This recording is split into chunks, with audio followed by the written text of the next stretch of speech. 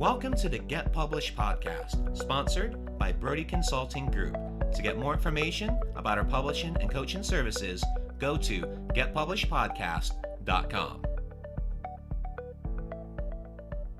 Hello, I am Paul Brody, and thank you for joining us for another episode of the Get Published podcast, where we help authors get published with a proven system that works. Today, we're being joined by Michael Nur, author of Pragmatist's Guide to Corporate Lean Strategy. Michael, welcome to the show. Thank you, Paul. Happy to be here. Are you ready to get started? Sure am. All right, question number one. What is the one piece of advice that you would give to a first-time author who is currently writing their book? All right, here's something I've been practicing for many years now. A good book is a finished one. So by that I mean finish the book and get it to a done state. Even if you're feeling that you still have more to add, stand by a deadline, there's always the next edition. Yeah, that's great advice. It's one of those things where you can think of all these different things with the book, and then what a lot of people don't realize is, listen, this first book is great. Take that content, turn it into a second book or second edition, and just use that as you build up your author journey. Exactly. And, I have one of my books called Agile PMO. I released it in 2013. It's been there for 5 years. I think it's my most successful book. It's about how you become agile in a traditional environment.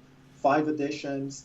I'm still not happy with it. I keep on releasing editions because number one is I get feedback from readers. Number two is things change, so it gets more rounded, more robust as I mature. The book matures.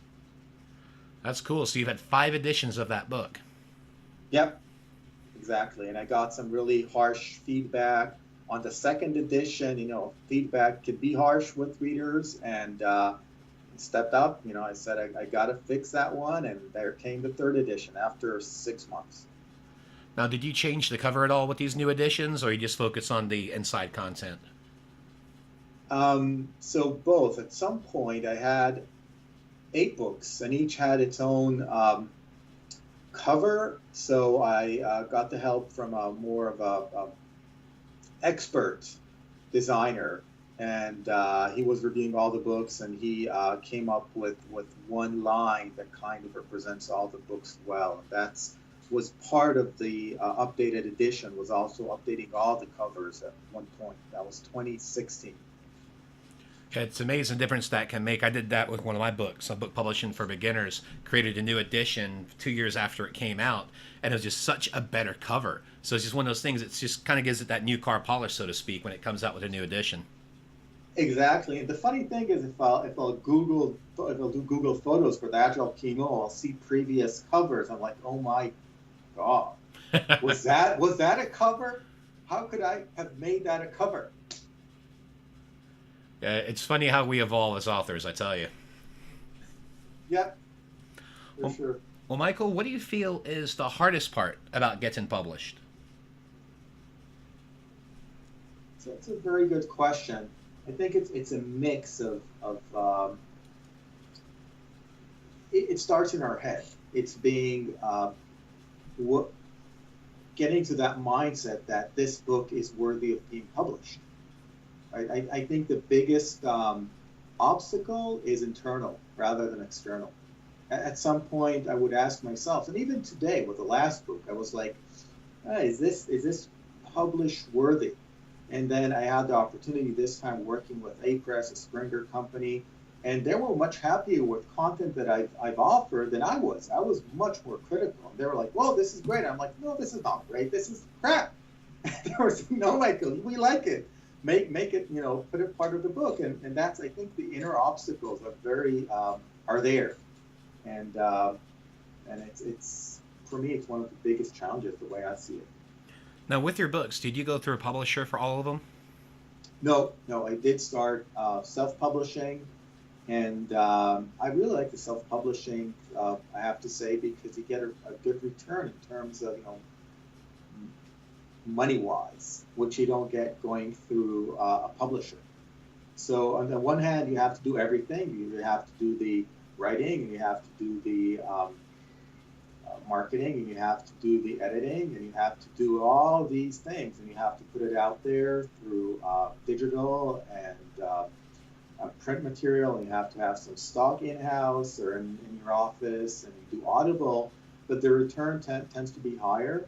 On the other hand, if the last book was a really good publisher, they've done a lot of the work, and I was la-di-da, they have editorial and so on, so I don't have as much work as I used to, so there's like a fine ground there.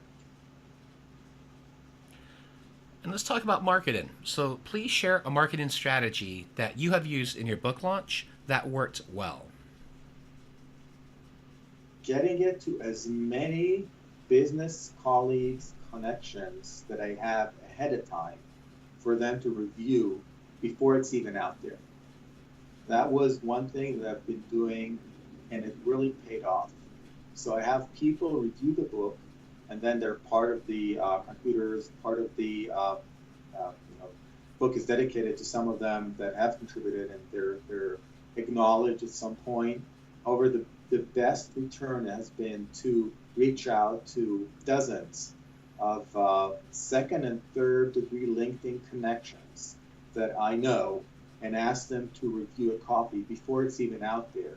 So if they like it, they're going to recommend it to others on their network. That's been the best use of social media for me, using my pretty vast LinkedIn network that I have. When you bring up an innovative strategy talking about LinkedIn, because as you know, a lot of authors utilize Facebook for that, but I've also had guests that have talked about using LinkedIn, and it seems to be that LinkedIn can be such a more powerful tool in comparison to Facebook, especially when utilizing professional networking connections. Yes, and I've done Twitter, I've done Facebook for sure, I've done other platforms as well. There is something with LinkedIn, if we use it the right way, and I'm not just saying posting something, it's really using the power of LinkedIn to find connections that are not your direct connections and reaching out to them. That has been one of the sweetest spots for me in creating a buzz for the book. So you found these people, you've connected with them, and then you sent them personalized messages to talk about your book. Is that right? Talk about time investment. Yes, That's correct. And we're looking here for days, if not weeks, of ongoing reaching out, personalized messages. Can't be like a send auto for everyone. Really has to be based on why would they want to read that book, offering them excerpts, getting their feedback, sometimes incorporating that feedback. Sometimes the feedback was harsh, but getting these sometimes industry leaders and sometimes market influencers to read the book and give feedback, and then they'll post, once the book is out, they'll post those reviews on Amazon, which is another benefit for getting the book out there. So it's a lot of work that happens before the book is even published. We're talking 3 to 6 months before it's published. Well, let's talk about your favorite book. So what is your favorite book, and what was the number one thing that you learned from it? My favorite book has nothing to do with business. It's a personal book. It's called Silent Influencing. It's about body language, how we use body language to be better influencers, and how can body language increase our persuasion and impact in business. So the book is called Silent Influencing, and it's based on my Gestalt background. I'm an engineer, but also I have this knack for soft skills, and Gestalt is a psychological therapeutical approach. And that book is personal. It's based on my inner work that I've done for many years. And I put it out there. So it's definitely me out there in the book. It's not about agile. It's not about product ownership. It's not about business. It's really me out there, which is why I like it. And the thing I like about the book is that I use practical examples and exercises that works for me. It's called Body Language, Silent Influencing. How to impact using the body. It became later on a keynote that has been very successful. And what I like about that is that these very practical, ready to use examples that people can practice with. And for a final question, what is your favorite quote and why? There are several favorite quotes. One of them is, "If you build it, they will come." Um, if you'd asked me 7 years ago, would I ever write a book? So I have a master's degree in industrial engineering. I never thought I would write a thesis. I did not like writing. And if you'd asked me 7 years ago, would I write 10 books? I would have told you, Paul, got to be, out of my mind, out of your mind, even and I think it's been, people ask me, how do you write 10 books? Well, it's really about the first one. If the first one is out there, it makes things much easier for the second and the third and the fourth. And if you put the investment, if you believe you're able to do that, if you go all over, if you overcome the demons in your mind, you get there. And that's one of the beauties of writing books. People ask me, what do you do in this information age era that we all live in? And I think it's about putting your knowledge and thinking out there. The best way of doing that is having written content that's in a book. It's not a blog, it's not a post. These are nice to have, but if you really want to put your thoughts out there, it's writing a book. And for a final question, actually, that is our final question. You gotta love it. We've actually, just let our listeners know, Michael and I are both dealing with thunderstorms right now. So I was actually looking outside briefly, making sure everything was nice and safe. Just out of curiosity, Michael, how's the weather looking in Boston right now? Yeah, well, raining, cats and dogs, and lightning, and it's awesome because it's been so hot the last 3 days, and finally we're going to get some relief in that, and humidity is going to drop, and I'm seeing there it's pouring outside, but that means it's going to be cooler this evening, which is great. So yeah, this has definitely been a unique interview just because usually you have bad weather on one end or the other when we're doing these calls from time to time. But on this one, we've actually had bad weather on both sides. So if there's any audio distortion, we are totally blaming the weather, right, Michael? Exactly. Well, Michael, I want to thank you for being a guest on the show. What is the best way for people to find you online?